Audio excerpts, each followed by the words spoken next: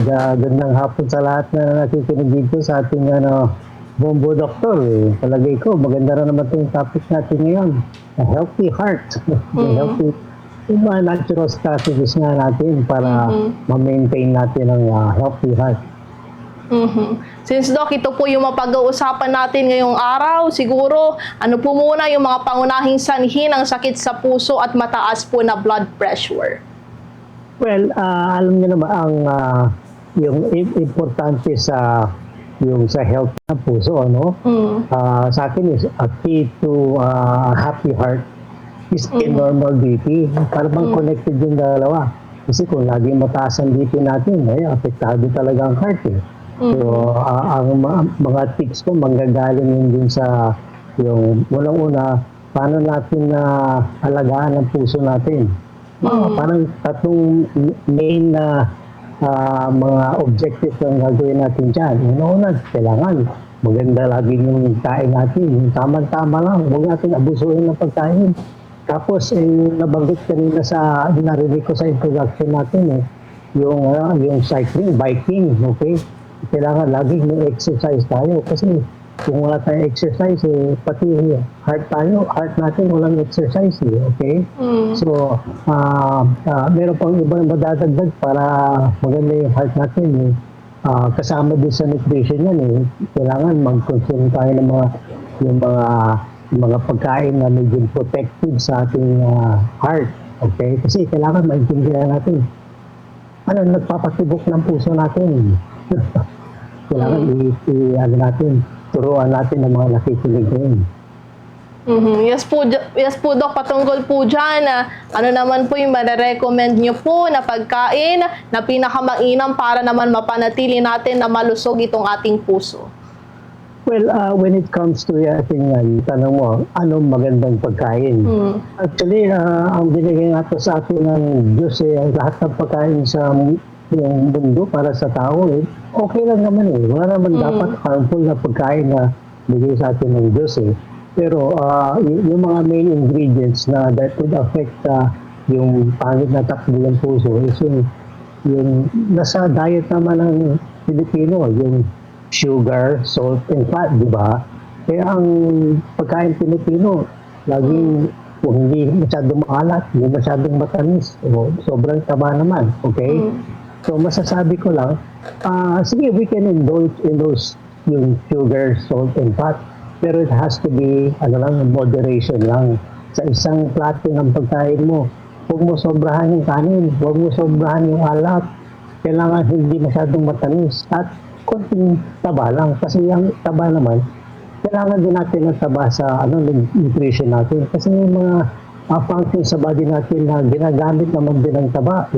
Yung taba, marami nakakaalam na yung term ng cholesterol, di ba?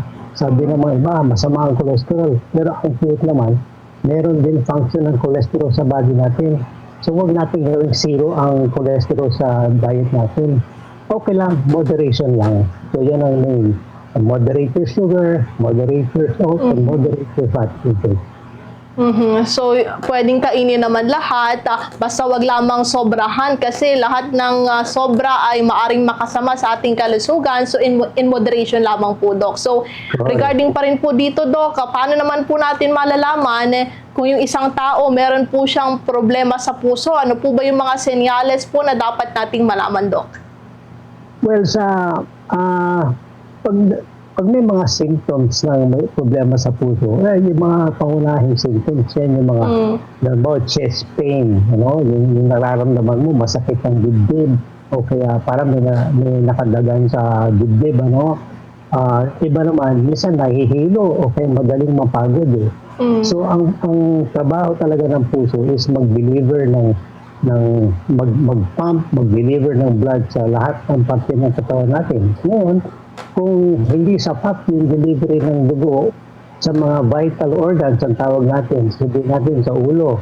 Kung hindi sapat ang delivery ng dugo sa ulo, mahihilo ka.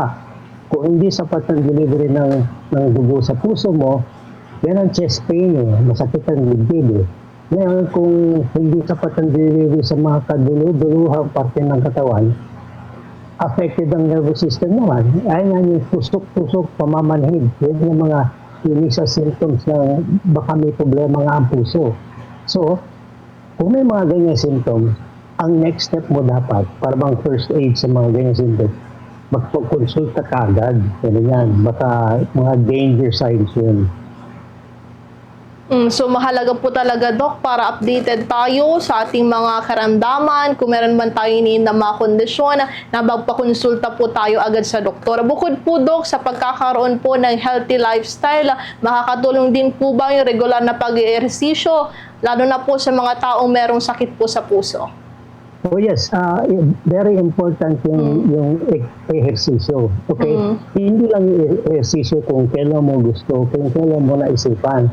Alam nyo, minsan ang tao sinasabi nila para bang walang oras sa exercise eh. Pero ang totoo lang is dapat simple lang. Ako, recommendation ko lang sa mga nakikinig na gusto i-maintain ng good health and good heart and regular heart rate. Yung bang simpleng maglakad lang, araw-araw. Pag gising mo sa umaga, maglakad ka lang kahit 15 minutos lang tuwing umaga. O kailan ba may oras? Madali mo maghanap ng 15 minutos sa araw-araw. Kung gawin ng isang tao yan, every day, 15 minutes, alam nyo, magandang tulong yun sa blood pressure, magandang tulong yun sa puso. Pero, ako nang masasabi ko lang, kung marinig na lang, umpisahan nyo na ngayon, huwag nyo nang hintayin ng malampas ng mga 5 years, 10 years. Kasi yung high blood pressure, yung mga heart disease, gumagapang yan over 5 years eh. Before you know it, wala na eh. So ngayon pa lang, yung mga bata nakikinig, 20 years, and between 20 years, umpisahan nyo na, huwag nyo nang hintayin yung mahal na gamot. Dok, yung mga mayroong namang high blood pressure, advisable po ba na sila po ay mag-ehersisyo? Ano po yung mga pinaka-safe or effective po na paraan? Well, first of all, ito isa po masasabi ko, importante malaman kung talaga ikaw ay high blood pressure, okay? Kasi may mga symptoms ng high blood pressure na hindi naman talaga high blood pressure yun. Baka ibang sakit naman yan. Pero ang importante masasabi ko sa mga gusto mag-maintain ng happy heart and good blood pressure, first of all is try to determine, malaman mo lang kung ano yung basic na blood pressure mo. Yung basic blood pressure mo is usually yan yung unang-unang blood pressure mo sa paggising mo ng umaga. So kung pwede lang, kung merong tutulong sa'yo o kung magagawa mo, kung meron kang yung blood pressure machine, before standing up, before eating breakfast, check your blood pressure. And para malaman mo kung anong blood pressure mo. Kasi ang tao, hindi naman talaga pare-pareho ang baseline. May mga taong mababa ang normal, yung 90/60. May mga taong ang normal nila is yung 128/88, parang gano'n. Pero sa kanila normal yun eh, okay? So, importante sa doktor, halimbawa magpa-check up ka, tapos ang blood pressure mo yung normal is higher than yung textbook namin. So, sabihin sa'yo, high blood ka, pero hindi naman totoo. So, mahirap na yung mag-manage niya. Eh kung ang blood pressure ng isang tao eh, mababa, 90/60, pero normal sa kanya yun, baka magiging mali ang management ng doktor. So, importante, malaman ng tao kung ano yung baseline niya.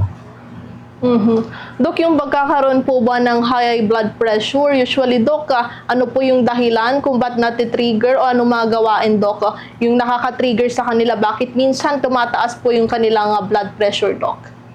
Well, ang blood pressure can be affected by yung mga bagay sa normal sa katawan natin. Ang pinakaunang nag-a-affect ng blood pressure ng isang tao is the level of yung adrenaline. Yung hormone sa body natin nanggagaling sa isang importanteng gland sa katawan, yung adrenal gland ang tawag, na nagsisecrete ng adrenaline. Etong adrenaline, kung lumabas ito sa katawan mo, magkukos yan ng elevated blood pressure and elevated sugar. Okay? So, kailan nangyayari itong adrenaline surge? Ito nangyayari yan kung galit ang tao o kung depressed ka, kung stress ka. So, yan sinasabi ko, kung laging stress ang tao, laging tumataas ang blood pressure mo dahil sa adrenaline. Okay? So, sa mga bata pa, okay lang yun kasi kaya naman ng katawan na i-handle yung elevated adrenaline ay yung pabigla-bigla ng na blood pressure. Ang nagiging problema, kung araw-araw or frequently over a long period of time na matagal, sabihin natin 5 years na laging gano'n, masisira ang ugat ng tao, magbabara, sisikip. So yan yung pumapasok ng advanced ages, yung high blood pressure is caused by extended exposure to yung pressure circumstances. Yun ang problema. Since nakaka-affect, Dok, yung kapag galit yung tao, kapag stress po sila, Dok, kapag po ba sila ay sobrang pagod din, tapos sila ay lumabas, tapos meron direct na sikat ng araw, nakaka-trigger din po ba yun, Dok? Oh yes, kasi ang body natin, meron tayo mga yung defensive mechanisms na mag-a-affect talaga ng blood pressure. Ay katulad, sabihin mo, exposed ka sa extreme heat or extreme cold. Alam mo yung blood vessels natin, nagko-contract, nagko-constrict, nagda-dilate. So yung sinasabi, constriction and dilatation ng blood vessels, yun yung nakakasira ng ugat eh. Yung para bang lobo, kung meron kang lobo, kung ini-inflate mo, i-deflate mo, lagi, darating ang napuputok yan eh. Ganon din ang ugat natin. Kung inflate, deflate, tapos lulutong yung walls ng ugat, puputok. Yan yung tinatawag natin ng aneurysm. Yan ang danger eh. Okay, so leading to yung mga makunat na blood vessels. So yan ang start ng hypertension. Dok, kapag meron naman pong nakita tayo na isang tao na kumbaga inatake o nagkaroon ng high blood pressure, ano naman yung maaari nating gawin, yung paunang hakbang, Dok, na pwede nating gawin? Well, ang first aid sa suspected, kasi yung mga tao nahihilo o may chest pain o biglang hinimatay, hindi natin alam kung ano man ang cause yan eh. So, the first aid is, kung hinimatay, bantayan niya lang, hamayan niya, pero huwag natin i-crowd yun. Okay? So, kasi importante yung makakahinga ng mahusay ang pasyente nahihilo or hinimatay. Yung parang iwasan na i-crowd para makarest siya, makahinga ng maganda, at saka tumawag ka agad ng mga doktor o kaya yung 911 pwede para agad kung tunay na attack yan o yung hypertension, ma-attentionan ng yung medical staff talaga. Dok, kapag po ba hindi na itakbo agad o naisugod agad sa ospital na itong isang tao, ano po yung maaring mangyari? Worst case scenario, Dok? Well, the worst case scenario ay kung yung chronic hypertensive yung tao yun, chronic, malamang maraming damage yun. May damage sa kidney yan, may damage sa heart yan, may damage yun sa brain yun. Kung patagalin yan, yung fatal outcomes ng mga yung napabayaan na may attack is pwede sa brain, pwede kang mabaldado. Kung sa heart attack, pwedeng malagot talaga ang hininga, pwedeng hindi na mag-recover. Okay? Kung sa kidney, usually mga kidney problems, nagkakaroon ng mga electrolyte imbalance. Pwede rin mag-result din yun sa heart attack. Okay? So, hindi pwedeng pabayaan yung mga ganong cases kung halimbawa nakita yung mga baka nga natake o na high blood, yung mga ganon. First aid talaga dyan. So, well, kailangan kalma lang. Peace of, ang tawag nito, presence of mind lagi. At alam gagawin, ipahinga yung pasyente, pero meron talagang dapat contact ang medical yung personnel para attention ng kaagad kung anong dapat gawin. So very crucial din po talaga itong oras, lalo na kapag meron pong nakaranas po ng ganitong uri po ng sakit. So Dok, ano naman po yung mga natural na paraan para mapanatili naman po yung normal po na blood pressure ng isang tao? Well, yan yung natural, di ba? Natural strategies. Ang natural strategies is yung ini-start natin kanina, yung tamang nutrition. Okay? Kailangan mag-start na tayo ngayon. Start na tayo kasi marami pang taong hindi aware ng anong mga natural. Natural means yung hindi mo iaabuso yung nutrition. Natural means yung doing the exercise regularly. And natural means when you can supplement your diet and vitamins with yung mga heart vitamins at yung mga nabibili dyan recently. And then yung mga fruits and vegetables na containing yung mga antioxidants na protective. Kasi mga tao din, minsan nakikinig kayo na antioxidant na yan. Pero they have protective properties na importante din sa heart. So, yun nga. So, summarize ko, proper nutrition, good exercise, and protection. So, yung mga tamang pagkain, yung mga ways din na nasabi nyo, Dok, yung pagkakaroon din po ba ng sapat na tulog, yung stress-free po na buhay, Dok, mahalaga din po ba yan para maiwasan natin yung mga ganitong uri po ng kondisyon?